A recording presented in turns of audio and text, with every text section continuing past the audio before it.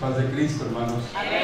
Vamos a leer palabra de Dios, Jeremías capítulo 9, versículos 23 y 24. Gracias, hermanos músicos, Dios les pague por su apoyo. Gracias, hermanas cantoras. Reconocemos el trabajo excelente que hacen y su esfuerzo, ¿verdad?, por hacer las cosas mejor. Jeremías capítulo 9, Jeremías 9, versos 23 y 24.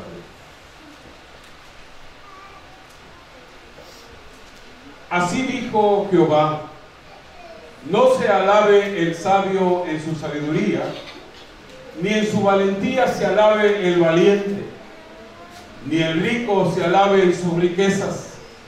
Mas alábese en esto el que se hubiere de alabar, en entenderme y conocerme, que yo soy Jehová, que hago misericordia, juicio y justicia en la tierra, porque estas cosas quiero, dice Jehová. Amén. Amado Padre, esta tarde te damos gracias por el gran privilegio que tenemos de estar en tu casa, estar adorando tu nombre desde una hora temprana, porque desde esta mañana hemos estado aquí clamando, buscando tu rostro y sintiendo, Señor, las hermosas caricias que de ti vienen. Gracias por cada uno de tus hijos que de manera alegre, que de manera esforzada han estado, Señor, alabando y bendiciendo tu nombre. Ayúdanos y que tu palabra venga, Señor, cual ese alimento espiritual que desciende del cielo para, Señor, saciar nuestra hambre y mitigar también nuestra sed. Por el nombre eterno que es sobre todo nombre, Señor Jesucristo, lo rogamos. Tú recibe el honor y alabanza. Amén. Siéntese, hermano, por favor, un momento. Hay teólogos inclusive que son tan atrevidos que hablan de los milagros relatados en la Biblia como de mitos. Y hay un teólogo en particular, o hubo un teólogo en particular, ya murió, que propuso una teología, la teología de la desmitologización de las Sagradas Escrituras. Quitar todo lo mítico, quitar todo aquello que no puede ser probado y que tan solamente son historias que se han trasladado, que se han predicado, que se han anunciado de generación en generación, pero que no pueden ser probadas. Inclusive hay quienes han surgido como, según ellos, analistas científicos para probar que los dichosos milagros de los que habla la Biblia tienen todos un trasfondo racional, algo que se puede probar de que se ocurrió no por la intervención de una mano divina, de una mano poderosa o extra poderosa. Dios no es real, Dios no existe, propuso Carlos Marx.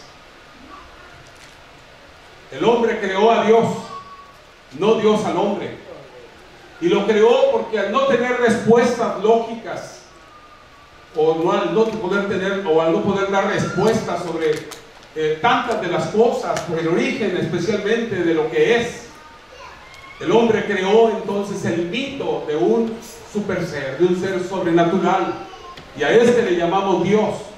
Pero Dios no existe.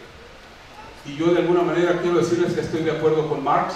Dios no existe, porque Dios no existe.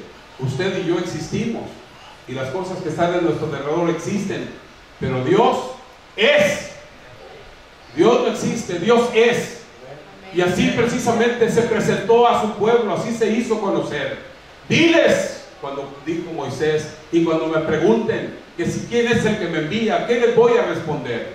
Tú les vas a responder: yo soy es el que te envía, porque yo soy el que soy, y solo el Señor es. Él es el principio y Él es el fin. Antes de que todo fuera, el Señor ya era, y Él no está limitado por las circunstancias. A Él no lo detiene en absoluto nada. Y si la Biblia dice que el Señor hizo el milagro de abrir las aguas del Mar Rojo para que pasara el pueblo de Israel por el medio de ellas, y si dice también que cuando los sacerdotes del Señor tocaron las aguas del Jordán, los que llevaban el arca, y las aguas se detuvieron y el pueblo pasó por el medio de las aguas del Jordán, es porque así fue. Y si alguien dice que no es, pues ese es su problema. Ese es su problema, porque yo soy testigo de esas cosas, o de muchas cosas. A veces he dicho algo que sé que para algunos es un mito, es un cuento, es una historia con la que nos queremos dar ínfulas de mucha espiritualidad, y que no nos queremos quedar también aparte, sin ser testigos o sin ser instrumentos de parte del Señor para obrar milagros. No los hemos obrado en razón, o no hemos sido testigos en razón de que somos muy santos, o de que somos perfectos, o de que somos sobrenaturales. No es en razón de esto, es que Dios es, y Dios es quien es, y Él obra y Él hace. Cuando he platicado en ocasiones de que anduve en un carro al que por 15 días no le puse gasolina, a pesar de que traía el tanque vacío, hermanos, Dios es a fin de cuentas el único que debe de recibir la gloria y el honor, porque Él fue el que hizo que ese carro caminara. Él fue el que lo movió. Yo no quería ya ni siquiera voltear a ver la aguja que marcaba que el tanque estaba vacío, y estaba vacío desde muchos días atrás. Solamente confié, y todos los días que movía el automóvil lo prendía y salía y oraba a Dios: Señor, en tus manos estoy, en tus manos me encomiendo, tú eres la razón de mi fe. Y así anduve, y el Señor probó mi fe hasta que un día llegó alguien y me dejó dinero, porque no había, las puertas se me cerraron por todas partes, porque cuando Dios quiere probarlo a uno, Él mismo en ocasiones hace que sucedan situaciones adversas que nos ayudan a crecer, porque la prueba es precisamente mediante lo cual nosotros crecemos. Y soy testigo de eso, y soy testigo de muchas otras cosas más. Otros han sido testigos de otras cosas, milagros sublimes, asombrosos. ¿Qué es esto? Parapsicología, asuntos extranormales o sobrenaturales nada más, poder de la mente. Llámele como usted quiera, o llámele el mundo como quiera. Yo digo es Dios, yo digo es Dios, y yo creo en ese Dios, y tengo mi confianza puesta en Él, y soy testigo cada día de su actuar, de su mover. He sido testigo y sigo siendo testigo. El hecho solo de estar aquí este día, nosotros como iglesia, como cuerpo, es un milagro divino, aunque algunos no lo entienden así. El reto divino, la palabra divina, y lo voy a leer en una versión distinta, la versión Dios habla hoy. Dice el Señor hablando al pueblo de Israel, Jeremías 9, que ya lo hemos leído, versos 23 y 24. El Señor dice: que no se enorgullezca el sabio de ser sabio, ni el poderoso de su poder, ni el rico de su riqueza. Si alguien se quiere enorgullecer, que se enorgullezca de conocerme, de saber que yo soy el Señor, que actúo en la tierra con amor, justicia y rectitud, pues eso es lo que a mí me agrada. Yo, el Señor, lo afirmo. Yo, el Señor, lo afirmo. Esto es lo que a mí me agrada. ¿En qué debemos entonces de enorgullecernos? En conocer al Señor. Dele gloria al Señor porque usted lo conoce.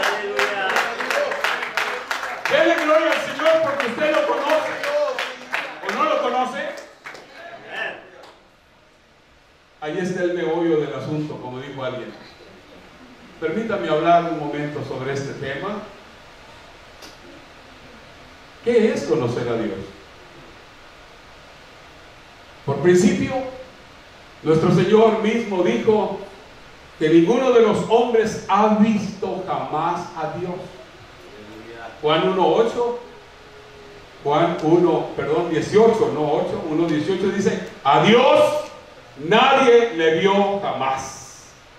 A Dios nadie le vio jamás. El unigénito Hijo que está en el seno del Padre, Él le ha dado a conocer. Pero a Dios nadie le ha visto. Y ahí empieza el problema. Este es el más grande de los retos para el hombre. ¿Cómo creer en alguien a quien no se puede ver? ¿Cómo creer en alguien en quien no se puede ver? Dios no puede ser conocido de la misma forma en que los hombres nos conocemos unos a otros. Dios no puede ser conocido así. Jesucristo dijo que Dios es espíritu. San Juan capítulo 4 verso 24 dice: Dios es espíritu. Dios es espíritu. Y los que le adoran, le deben de adorar en espíritu y en verdad. En espíritu y en verdad. Él es espíritu. Él es el espíritu perfecto. El espíritu por excelencia. Él no está limitado por cuerpo ni partes. Aunque para algunos, pues, la figura humana con la cual nos acercamos a la Escritura y conocemos a Dios, nos hace a veces pensar y limitarlo. Nos imaginamos a un Dios que tiene las mismas limitaciones que nosotros. Un ser humano, así como lo pintó Da Vinci en sus pinturas, sus murales, ¿verdad? Aquel hombre de cabello blanco, barba blanca, de muchos días, ya el anciano de días, como dice Daniel también en uno de sus escritos. Pero si Dios fuese así, como usted y como yo, entonces sería limitado igual que usted y yo. Mire, yo los estoy viendo a ustedes, pero nomás oigo empujar al hermano. No lo veo.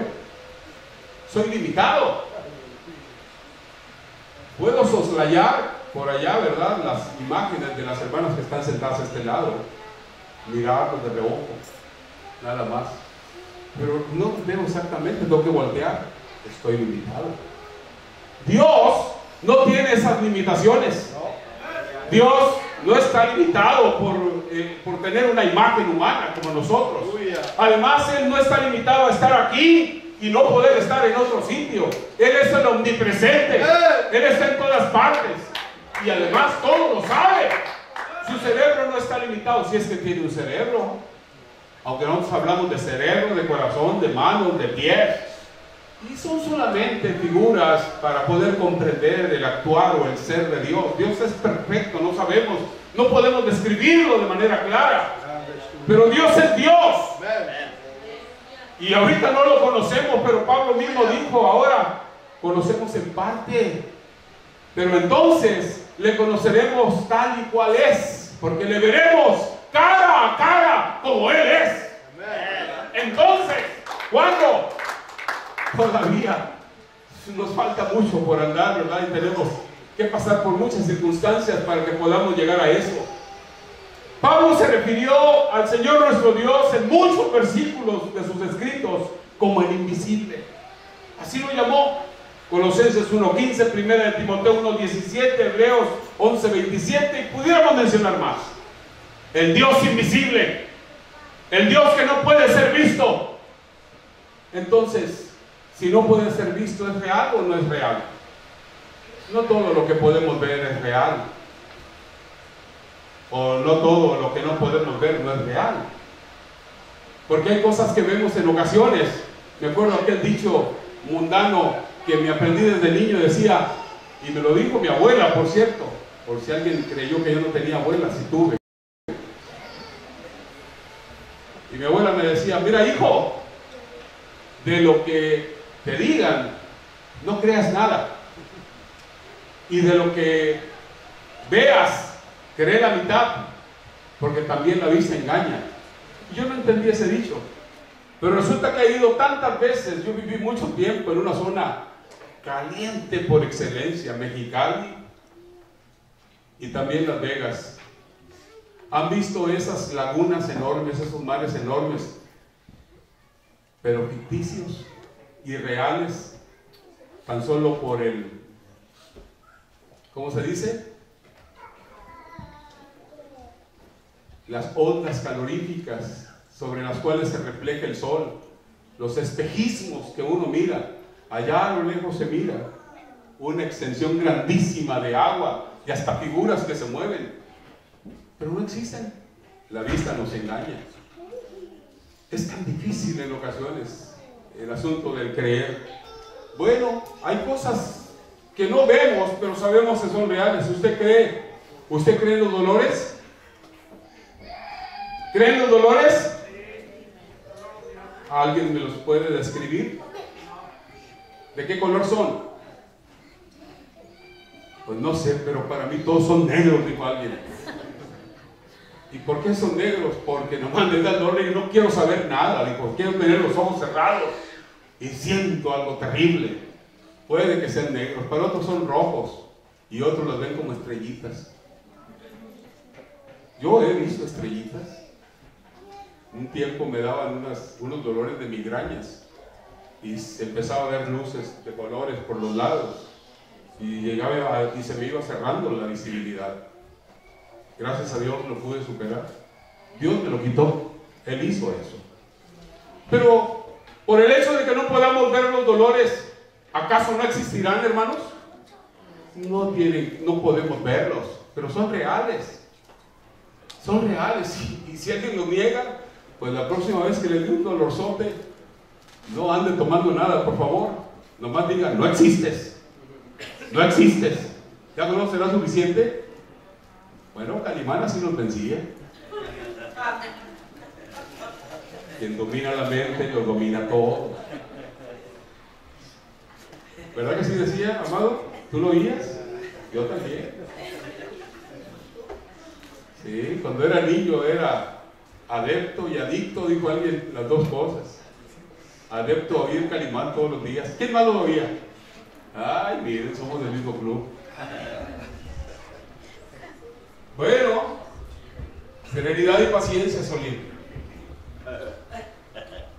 Mucha paciencia. Quien domina la mente lo domina todo. Hinduismo puro, por el que nos empezaron a inyectar para luego pensar que así era precisamente. Y hay hermanos que siguen así de los confundidos y creen que así se vencen las cosas. Y hay que nos venden ahora disfrazada a manera de doctrina. Usted nomás declárelo, hermano. Usted declárelo y ya con eso. ¿Qué quiere decir con eso? Pues lo que declares será eso. Pues entonces yo declaro que aquí va a aparecer $1 millón. Y ya lo declaré. Pero no aparece nada. ¿Qué pasó? Ese no tiene fe suficiente, luego nos la quitamos, ¿no? Y así son los verolitos, ¿verdad? Le echan la culpa a los demás luego. Dios, el Señor nuestro Dios, le dijo a alguien que vivió una vida muy cercana a Él. Fue tan estrecha la relación de este hombre con Dios que llegó a pasar semanas al lado de Dios. Y era el único que podía tener esa relación tan estrecha con Dios que hasta cuando descendió del monte, en donde no solo una ocasión, sino varias veces se encontró con Dios, bajó y su rostro resplandecía de una manera espantosa. Y digo espantosa porque se asustaban los que lo veían. Cuando lo vieron, le tomaron temor, ¿verdad? Porque resplandecía su rostro de una manera asombrosa. La gloria de Dios, la comunión con Dios que tenía Moisés, lo hacía que su rostro inclusive resplandeciera. Pero era un hombre que tenía una relación cercana con Dios, pero podía hablar con Dios además. Y fue tan cercana su relación que él mismo, cuando Dios determinó destruir al pueblo de Israel, él mismo le dijo: Señor, apártate de ese pensamiento. Ay, Señor, qué confianza, qué atrevimiento. Decirle al excelente, al sublime, al todopoderoso: Señor, apártate, arrepiéntete. Decirle a Dios que se arrepienta, al que es perfecto. Sin embargo le dijo: arrepiéntete, porque ¿qué van a decir tus enemigos entre las naciones? Este Dios sacó a los israelitas de Egipto y los trajo a morir al desierto. No hagas eso, Señor. Sin embargo, aun a pesar de esa cercanía, ¿ha tenido usted un atisbo, siquiera poquito así, de la santidad de Moisés? ¿Ha llegado a experimentar eso? Yo conocí un hermano que se puso en una ocasión en ayuno por 40 días. ¿Sabe usted? A los 15 días yo lo vi que ya andaba echando la vuelta. Ya se andaba desvielando, dijo alguien. Se puso a ayunar, quería ayunar 40 días. La verdad es que ya no podía ni levantarse. Falta de agua, riñones que se empiezan a dañar, el organismo mismo empieza a dañarse. Si no es porque el Señor se lo ordenó. En el caso de Moisés le dijo, sube acá, y fue en razón de la orden de Dios que él se dispuso a subir, y Dios se encargó de darle su sostén en todos los sentidos, porque la mano poderosa del Señor lo sostuvo. ¿A poco porque Pedro dio 2, 3 pasos caminando por las aguas usted se va a atrever? Yo supe de 4 muchachos que se lanzaron a meterse a un río. Dijeron, no, estaban súper consagrados, tenían muchos días ayunando y tenían que ir a predicar a otro pueblo. Y pues durante los días previos a su cruce había un arroyo en el camino. Hubo por allá en la sierra una lluvia muy torrencial, muy fuerte, y el río creció. Cuando llegaron a la orilla del río, encontraron que no podían cruzar, y el más ferviente dijo, ¿cómo va a ser posible que nos va a detener una cosa como esta? ¿Que no abrió el Señor las aguas del Jordán para que pasaran los israelitas? ¿Que no abrió el Señor también las aguas del Mar Rojo para que pasaran los israelitas? ¿Que no le dijo a Pedro, ven andando sobre las aguas, y lo pudo hacer? Nosotros somos siervos del Señor y vamos a cumplir una tarea santa, sagrada. Vamos. Oraron a Dios según ellos, se pusieron de pie, se metieron al agua y se los llevó el arroyo, se los llevó el río, y se ahogaron los 4. ¿Quién falló, Dios o ellos? Pues ellos, ¿verdad? Bueno, es tan fácil en ocasiones espirituarnos y creer que Dios nos ordena cosas que realmente no nos ordena. Cuando Dios le ordene a usted que usted se ponga en ayuno 40 días, no tema, Dios se lo está ordenando. Dios se encarga de sostenerlo, Dios se encarga de alimentarlo. Pero si Dios no se lo ordena, tengan cuidado, está jugando usted con su salud y puede que pierda la vida inclusive. Aquí hay y dicen, ven, dicen los argumentadores, no, usted es todo lobo, le encuentran respuesta. Y el asunto es que si Dios no puede ser visto por nadie, ¿cómo es que Dios quiere que le conozcamos? Si Dios no puede ser visto por nadie, ¿cómo quiere Dios que le conozcamos? ¿Cómo podemos conocer a Dios? Si leyéramos la palabra de una manera más frecuente, más constante, veríamos tantas respuestas que nos da la Escritura. Jesús dijo, escudriñad las Escrituras, porque a vosotros os parece que en ellas tenéis la vida eterna, y ellas son las que dan testimonio de mí. ¿Quién da testimonio del Señor? ¿Quién? Su palabra misma, las Escrituras. Es a través de las Escrituras que podemos nosotros conocer al Señor.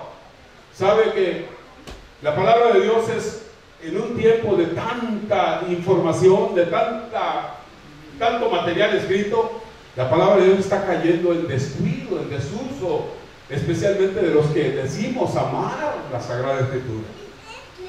Seamos honestos con nosotros mismos. Y miren, yo durante la semana ya casi terminé de leer un libro de cerca de 1000 páginas durante la semana. Y confieso que no he leído tantos capítulos de la Biblia. Imagínense si yo hubiera leído 1000 capítulos, ya hubiera casi estuviera terminando de leer la Biblia en esta semana.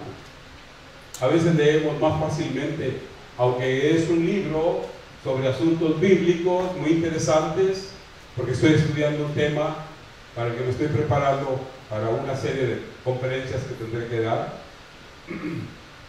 Pero leo un libro, y leer la Biblia es otro asunto. Tenemos que leer la Escritura, pero es más complicado en ocasiones. Nuestra naturaleza humana como que se cierra, como que nos es más fácil leer cualquier libro, aunque sea de asuntos bíblicos, lo lee uno con mayor facilidad. que leer la misma escritura, que la misma Biblia. Muchos de nosotros durante la semana, hermanos, tristemente tenemos que reconocer que a veces ni siquiera tocamos la Biblia más.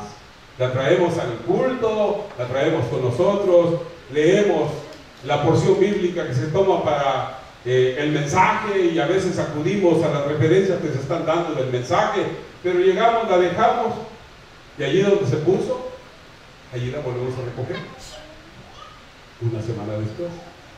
Otros ya ni siquiera eso, ¿verdad? Ustedes me vieron hace un rato manipular el teléfono y me da pendiente, va a decir, ¿qué pastor? Está entretenido con el teléfono. Bueno, me estoy acusando de que estoy acudiendo también porque las imágenes a veces son más impactantes que las palabras, y como yo les hablo tan seguido, ya algunos ya hasta desde que me paro aquí se desconectan y dicen, ahí te oiremos otro día. Porque yo me doy cuenta cuando alguien verdaderamente lo está oyendo a uno. ¿Ustedes creen que uno no sabe? Sabe uno bien, y otros ni la desquita, cierran los ojos y empiezan a roncar. Pero bueno, si yo estuviera preocupado por los que se duermen, tengo que predicar al que escucha.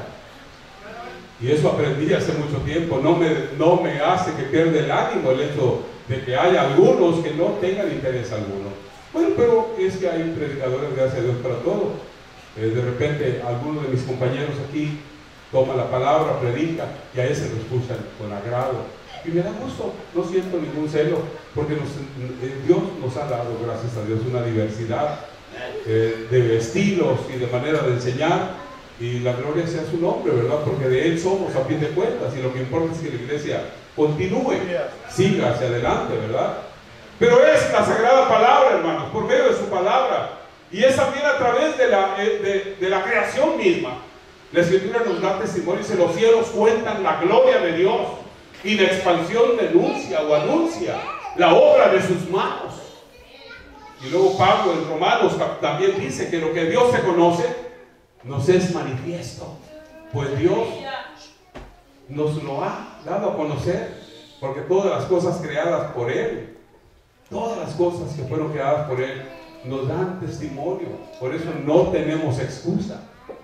Así es que, pero hay algo más grande y más sublime todavía. Bueno, alguien dirá algo más que la palabra. Bueno, yo quiero decir que hay quienes no han tenido conocimiento de la palabra de Dios, nada en absoluto, y sin embargo tuvieron un encuentro personal tan fuerte, tan importante con Dios, que sus vidas se transformaron de la noche a la mañana. Eran alcohólicos empedernidos o drogadictos perdidos completamente. Sin embargo tuvieron un encuentro. El Señor tuvo a bien en su bondad y misericordia encontrarlos, hacerlos entender, abrazarlos, hacerles sentir su amor, sus caricias, y sus vidas se transformaron. No sé qué me pasó. Tuve una experiencia espiritual que no me permite seguir siendo el mismo.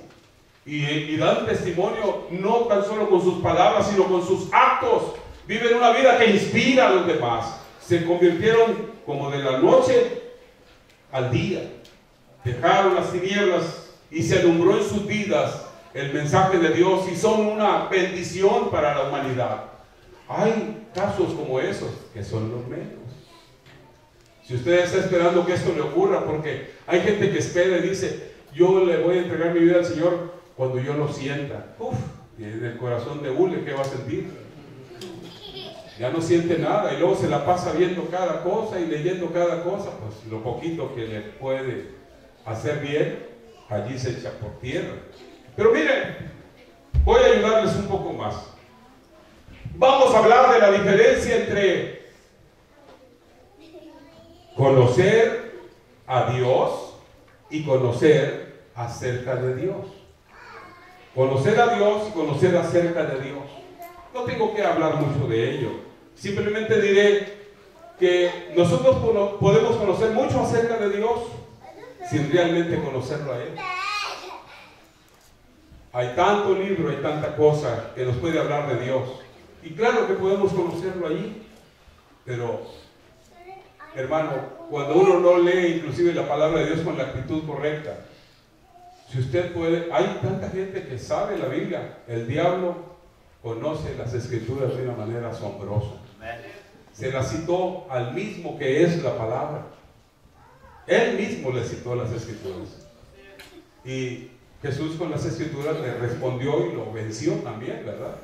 Porque escrito está, le decía Satanás. ¿Y cuántas veces le habrá dicho al oído? Mira, está escrito. Pero el diablo toma la Escritura a su modo, ¿verdad? Nosotros podemos conocer inclusive muchas cosas acerca de una ciudad sin haber estado en ella. Yo conozco muchas cosas de algunas ciudades, miren, por la lectura de la Biblia. Yo conocía las tierras bíblicas igual que usted. Los nombres, las ubicaciones, los lugares, todo eso. ¿Usted ha leído acerca del Mar de Galilea? ¿Ha leído del Mar de Galilea? ¿Ha leído de pueblos como Nazaret? ¿Sí? Como Jerusalén, poblados o aldeas como Betel y Belén. ¿Sí? Tantos sus lugares, Betania. ¿Cuántas ciudades y cuántos pueblos? Inclusive habla de las cañadas, los cañones, los lugares, las diferentes cosas. Nunca hemos estado allá, alguien dirá, y sin embargo conocemos más o menos la ubicación de todo. Yo tenía todo ese conocimiento hasta, ya había ido algún tiempo a algunos seminarios y había estudiado geografía y era maestro hasta de geografía bíblica y hablaba de una bola de cosas y de lugares. Pero sabe que cuando el Señor me dio el privilegio de ir, andí pues, dijo mi abuela. Entonces allí cambió toda mi perspectiva de lo que era la tierra de Israel. Llegué, yo sabía dónde andaba por el conocimiento anticipado que tenía, pero nunca lo había visto. No sabía que había cosas como las que fui conociendo. Cuando estuve en lo alto del Carmelo y miré ahí abajo el valle de Armagedón, no tenía ni idea de que así fuera. Cuando fui a Megiddo, o Megido como decimos nosotros en español, pues fue otra idea también. Se va uno, va viendo que el conocimiento que tiene uno es mínimo y a veces distorsiona uno las cosas.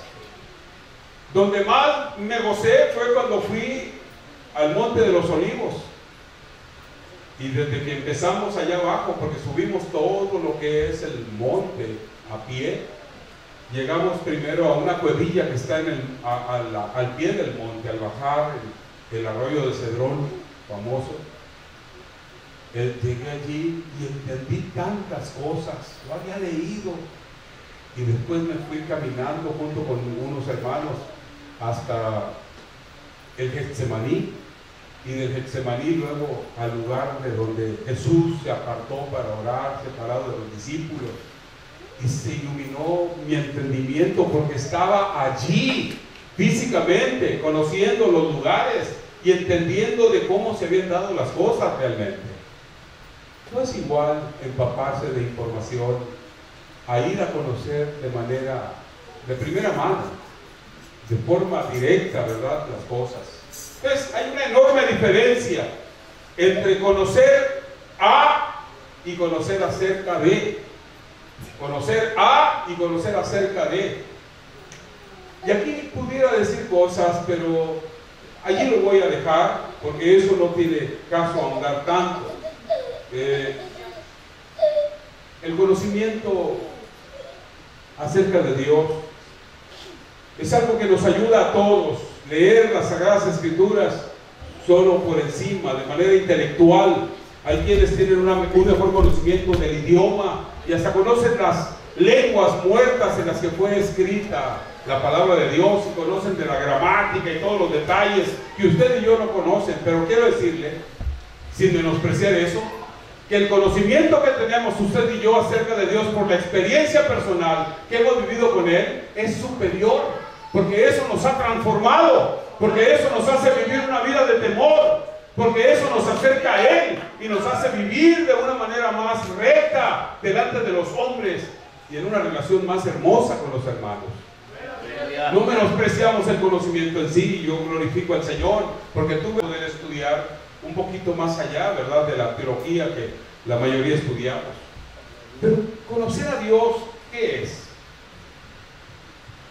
Algunos pensamos solo en una experiencia mística, algo fuera del cuerpo, algo como una especie de emoción, alucinación o éxtasis.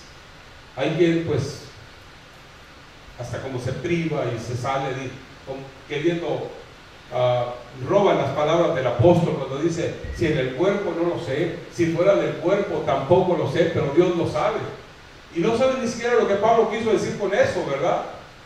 Y alguien pues quiere presumir también de espiritualidad que realmente no la ha tenido nunca. Muchas veces ha sido solamente una experiencia mística. ¿Qué será acaso? ¿Alguna clase de visión o de pensamiento extraño que invade de repente nuestra mente? Porque alguien dice que Dios le habló porque se le atravesaron ciertos pensamientos en la mente y se atreve a decir: Dios me habló. Y ahora se ha hecho muy popular eso, y la mayoría de los enseñadores, para callar a los demás, dicen: Dios me habló, Dios me dijo. Y ahora sí, como dicen por allá, aléguele a la paya.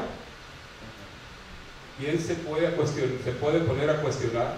Pues sí se puede cuestionar. En las Escrituras hay maneras de abordar este tipo de situaciones, ¿verdad? Porque no todo el que dice: el Señor me envió y me dio palabra y me dijo que la hablara. Hay reglas y tenemos que acudir a ellas. Posiblemente algunos de nosotros como pentecostales, oigan bien, no voy en contra de los pentecostales, yo me siento feliz de tener una experiencia pentecostal fuerte, todavía latente, permanente, viva en mi persona. Es algo que me ha sostenido en medio de la adversidad y de la prueba, la presencia del Espíritu Santo. Esa experiencia pentecostal la valoro de una manera hermosa. Pero como pentecostales, algunos de nosotros, en el peor de los sentidos, diríamos que las respuestas anteriores mencionadas, así es, eso es tener un encuentro verdadero con Dios. Pero no se trata de lo que usted y yo digamos. ¿Qué dicen las Escrituras acerca de lo que es conocer a Dios? Empieza la lección. Abra su Biblia conmigo.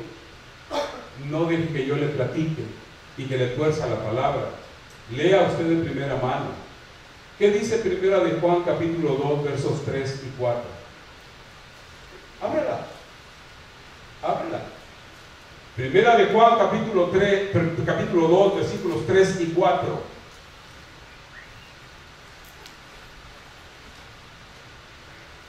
Y en esto sabemos que nosotros le conocemos, si guardamos sus mandamientos. El que dice yo le conozco y no guarda sus mandamientos, el tal es mentiroso, y la verdad no está en él. Y la verdad no está en él.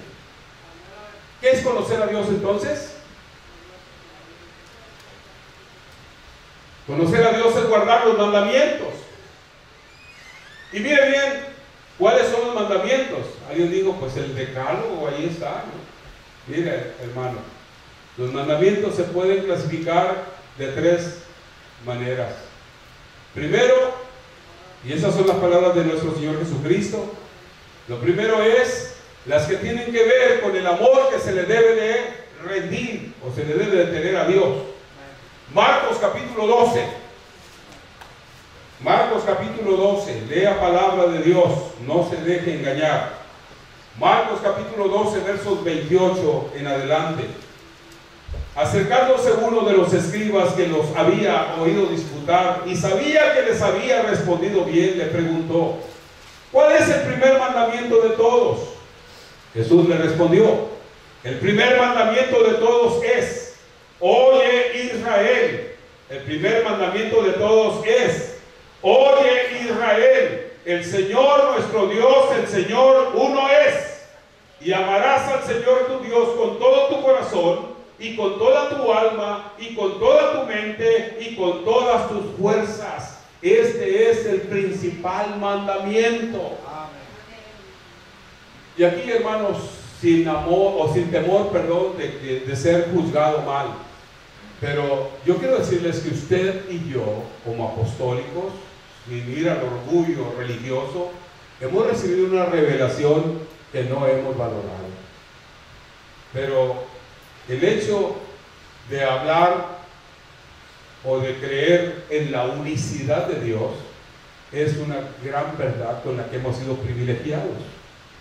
Porque esto usted no lo buscaba, ni usted recibió lecciones previas, usted no se puso a indagar, a buscar de manera profunda y seria acerca del tema de la unicidad versus la Trinidad o la dualidad, porque hay varias posturas doctrinales al respecto. Pero la Biblia solo habla de un solo Dios. Cuando Israel, que proclamaba y sigue proclamando: oye Israel, Jehová nuestro Dios, Jehová uno es. Y ese es el primer mandamiento. Y nosotros no podemos titubear, porque algunos empezamos a claudicar, nos volvemos muy racionales y decimos: ¿y qué pasó con los demás hermanos si son tan santos, tan temerosos? Sí, es cierto, son temerosos, son santos, buscan servir al Señor, y algunos de ellos son hasta más íntegros que algunos de nosotros. Pero ¿qué tiene que ver con eso? Que es que tuvieron un verdadero arrepentimiento, pero no han tenido la revelación de la unicidad y del nombre que es sobre todo nombre. Porque se ponen para todo a invocar el nombre del Señor, porque oran en el nombre de Cristo, bendicen en el nombre de Cristo, echan fuera demonios en el nombre de Cristo, pero a la hora del bautismo, allí ya no. Ahí es donde la cosa ya no, ahí ya no hay obediencia, y es donde para justificarse nos echan a nosotros la culpa y dicen: es que ustedes son pedristas, le hacen más caso a Pedro que al Señor Jesús. El Señor Jesús dijo de manera clara que se bautizaran en el nombre, y ustedes no lo invocan. Y bueno, este es un asunto teológico bastante serio, más amplio de lo que podemos aquí decir en este breve tiempo. Pero hermanos, gracias al Señor por esta bendición, ¿verdad? El primer mandamiento de todos es... ¿cuál es el primer mandamiento? Oye, no, amar no es mandamiento, es: oye Israel, oye Israel, el Señor nuestro Dios, el Señor uno es. Esa es una verdad que tenemos que proclamar. Ese es el primer mandamiento. ¿Qué tiene de mandamiento? Pues que guardes, que reduzcas tu corazón, como dice la Escritura. Reduce ahora tu corazón y mira que yo soy Dios y no hay más dioses conmigo. Yo soy Dios. Yo soy Dios. Esta es la primera verdad de la que tenemos que afianzarnos y creer. Y Jesús lo enfatizó. El primer mandamiento de todos es: oye Israel, Jehová nuestro Dios, Jehová uno es. Gloria sea al Señor. Algunos quizás ni lo hemos llegado a entender plenamente, pero gracias al Señor por su misericordia, gracias a Dios por su bondad, ¿verdad? Porque nos ha dado algo que todavía ahí andamos, no lo hemos podido entender plenamente. Y como no lo hemos podido entender, ni siquiera lo compartimos, no lo predicamos con la pasión y con el ímpetu que predicaron quienes tuvieron la revelación antes de nosotros. Aquí estamos y luego de repente hasta pues, nos da igual, ¿verdad? No tenemos problema. Amados hermanos, nosotros no fuimos los que dimos la palabra, nosotros la recibimos.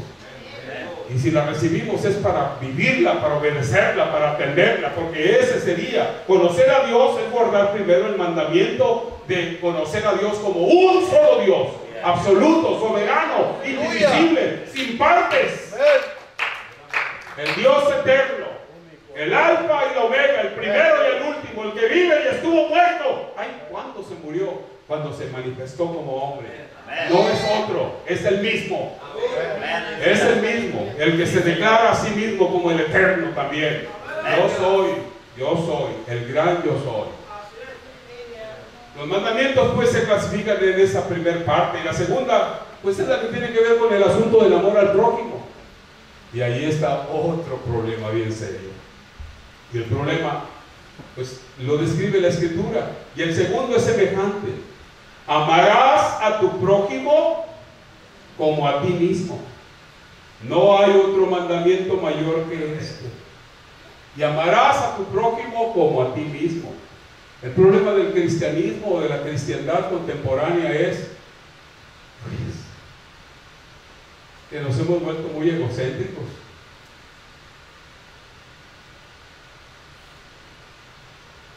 No amamos a los demás como a nosotros mismos. ¿Cómo se trata usted cada día? Cuando se levanta, sale así como se levantó de la cama, con un pelo acá y el otro allá. No, se para, le va frente al espejo. Me hace falta una rasuradita y tengo unos granitos por aquí. ¿Cómo nos examinamos? ¿Cómo nos queremos? Y luego la pancita empieza. Oh, calma, ahorita te doy algo. No le desatendemos, ¿verdad que no? Porque es mi pancita, porque soy yo. Pero si es la panza del hermano Ronnie, ¿qué tronata de panza tiene, de tripas? Vaya, coma algo. Pues no tengo con qué, pues póngase a trabajar. ¿Que no lo debo amar como a mí mismo? No lo debo amar como a mí mismo. Perdonen que los contradiga, porque el hermano no es mi prójimo. Ni ustedes son mis prójimos. Es que yo no los debo amar como a mí mismo.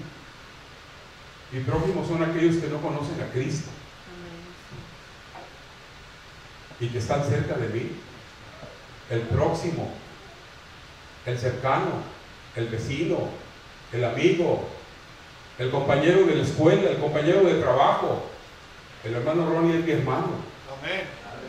Y ustedes son mis hermanos. Y ustedes y yo nos tenemos que amar de una manera diferente. Y si no, lean lo que dice Juan 13, capítulo 34. He aquí os doy un nuevo mandamiento: que os améis los unos a los otros, que os améis los unos a los otros, como yo los he amado, dijo Jesús. Yo no puedo amarlos como prójimos, porque no son mis prójimos, son mis hermanos. ¿Cómo nos amó el Señor? ¿Nos amó como a sí mismo? No, el Señor se olvidó de sí mismo y nos dio preferencia a nosotros y se entregó a cambio de nosotros. Él no le importó su bienestar. La diferencia, y algunos no lo hemos entendido, amar al prójimo como a uno mismo es: mientras que no me afecte lo que voy a hacer a favor de ti, está bien. Sí, siempre y cuando no me afecte. Mira, tengo una torta. Lo más que puedo hacer es darte la mitad, si te amo como a mí mismo. Y si media torta no me alcanza para satisfacer, pues no te doy nada, porque ya me empezó a afectar. Eso es amar al prójimo. Tengo un par de zapatos, y si tú estás descalzo, pues no te puedo dar ni un solo zapato, porque entonces voy a quedarme con solo uno, y eso me va a empezar a afectar. No te voy a dar nada, porque no puedo ir en contra de mi propio bienestar para beneficiarte a ti. Ese es el amor al prójimo. Y la mayoría no tenemos un par de zapatos, pero si usted tiene 2 pares de zapatos y ama a su prójimo, entonces se queda usted con un par y el otro par se le da a su prójimo. Pero honestamente, nosotros no nos amamos ni como prójimos. Los que nos amamos como los que nos debemos de amar es como hermanos. Y como hermanos, no tengo nada más que esto para comer. Venga, hermano, cómase usted. Pero usted no se preocupe, usted come. Ya Dios proveerá para mí. Eso es algo, dijo alguien. ¿Quién lo hace así? ¿Quién lo hace así? ¿Cómo nos falta camino por andar, verdad? Eso es conocer a Dios. Eso es conocer a Dios. ¿Quiénes? Les voy a presentar. ¿Saben lo que es un axioma? Algunos sí saben. En un axioma se presentan varios elementos para llegar a una respuesta. Y un axioma que les presento aquí es, miren, puedo seguir hablando de más cosas que San Pablo mismo nos enseñó. Él dice que el cumplimiento de la ley es el amor. Así dice en Romanos capítulo 13, versículo 34. Así que el cumplimiento de la ley es el amor. El cumplimiento de la ley es el amor. O sea, la ley se cumple cuando usted ama. Cuando usted ama a Dios, como lo dice su palabra, y cuando usted ama a su prójimo, como lo dice la palabra, en los términos de la palabra. Eso es cumplir la ley. Si todos obedeciéramos la ley, hermano, el mundo estaría diferente. Qué diferente caminaríamos todos. Nadie buscaría el mal de nadie, sino el bien. El deseo de Dios es que todos busquemos el bien mutuo, que veamos la manera de cuidarnos, de ayudarnos. Eso es la voluntad de Dios, eso es conocer a Dios. Así es que el axioma dice, conocer a Dios es igual a guardar los mandamientos. ¿Eso dice la palabra? ¿Sí dice eso la palabra? Así es que dice, conocer a Dios. ¿Quién dijo esto? ¿No lo dijo San Juan? ¿No lo hemos leído ahorita? Si alguno dice que ama a Dios y no guarda sus mandamientos, ¿es qué? ¡Mentiroso! Tenemos que guardar los mandamientos para en verdad mostrar que amamos a Dios. ¿Está difícil de entenderlo? Ya volvieron a la escuela, ¿verdad? Sí, necesitamos volver a la escuela, hermanos. La iglesia debe convertirse en una escuela para capacitarnos a vivir una vida superior. No para que nos elevemos solo al cielo y no queramos bajar de allá, perdamos los pies de la tierra. Ese es el mal también. Así es que conocer a Dios es guardar sus mandamientos, y guardar los mandamientos es amar. El cumplimiento de la ley es el amor. Y amar es entonces conocer a Dios. ¿Quiere leer Primera de Juan capítulo 4 versos 7 y 8? Primera de Juan capítulo 4. Primera de Juan capítulo 4 versículos 7 y 8. Amados, amémonos unos a otros, porque el amor es de Dios. Todo aquel que ama es nacido de Dios y conoce a Dios. Todo aquel que ama es nacido de Dios y conoce a Dios. El que no ama no ha conocido a Dios, porque Dios es amor. ¿Qué es conocer a Dios? ¿Qué es conocer a Dios? Como que no están aquí, ¿verdad? Vale, más que ya terminamos. Venga, hermano, a tocar el piano ya. Aleluya. Esto es la palabra de Dios. Esto es volver a la palabra, no a las teorías. Esto no es teoría, no es doctrina inventada. Esta es la palabra de Dios.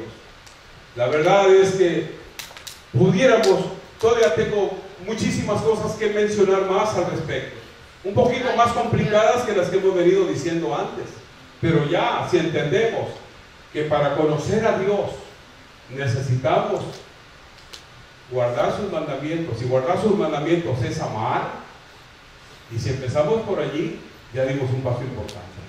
Amén, aleluya. Hablaremos de ese tema dentro de poco tiempo más, y hablaremos de lo que en verdad es amar, cómo es que debemos de conocer a Dios y permanecer en Él, y qué implicaciones tiene esto. Me pasé bastantes días en la semana estudiando el tema para compartirlo con ustedes, pero veo que el tiempo nos agobia. No quiero castigarlos, igual que el domingo pasado que salimos de aquí a las 2. Y a mí no me inquieta, porque es mejor llenarnos de la palabra que llenarnos de quesadillas. aunque usted piense lo contrario. Porque la palabra nos ayuda para saborear más las quesadillas. Porque a veces las quesadillas nos hacen daño porque no hemos comprendido ni siquiera cómo comerlas. Ese es el otro problema. Hablaremos de esto. Conocer a Dios es la meta. Y aunque usted y yo digamos que ya le conocemos, empezamos a ver como que nos falta camino que andar. ¿Verdad que nos falta camino que andar? Conocer a Dios. Los cantos mismos que entonamos a veces nos exhortan, pero no les damos la importancia. Amémonos de corazón, no de labios, solamente, dice, palabras de San Juan también. Hijitos, no amemos de palabra, ni de lengua, sino de hecho y en verdad. Y si esta viene a ser la regla en todas las relaciones nuestras como hijos de Dios, miren hermanos, los matrimonios van a empezar a tener una nueva situación. Las familias van a salir de en otra situación, van a empezar a sanar heridas y a cambiar las cosas. Y las relaciones interpersonales entre los hermanos van a hacer que esto sea la gloria. Y usted y yo vamos a vivir un nuevo estilo de vida. Y el mundo entero tendrá que dar testimonio de que aquí hay un pueblo que vive una vida distinta a la que vive el mundo.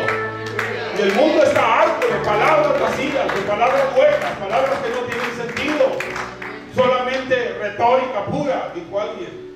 No, el mundo quiere ver un pueblo que camine de una manera diferente, que muestre verdaderamente con acciones concretas lo que es vivir la vida en Cristo. Gandhi dijo: no tengo nada de problemas con Cristo. Cristo es excelente en su enseñanza y en su estilo y en su ejemplo. El problema es con los cristianos, porque tomaron el nombre, pero no el ejemplo. Y eso dijo Gandhi, un hinduista, alguien que no se confesó cristiano nunca. ¿Qué tan cierto será esto? Pensemos en ello. Pónganse de pie.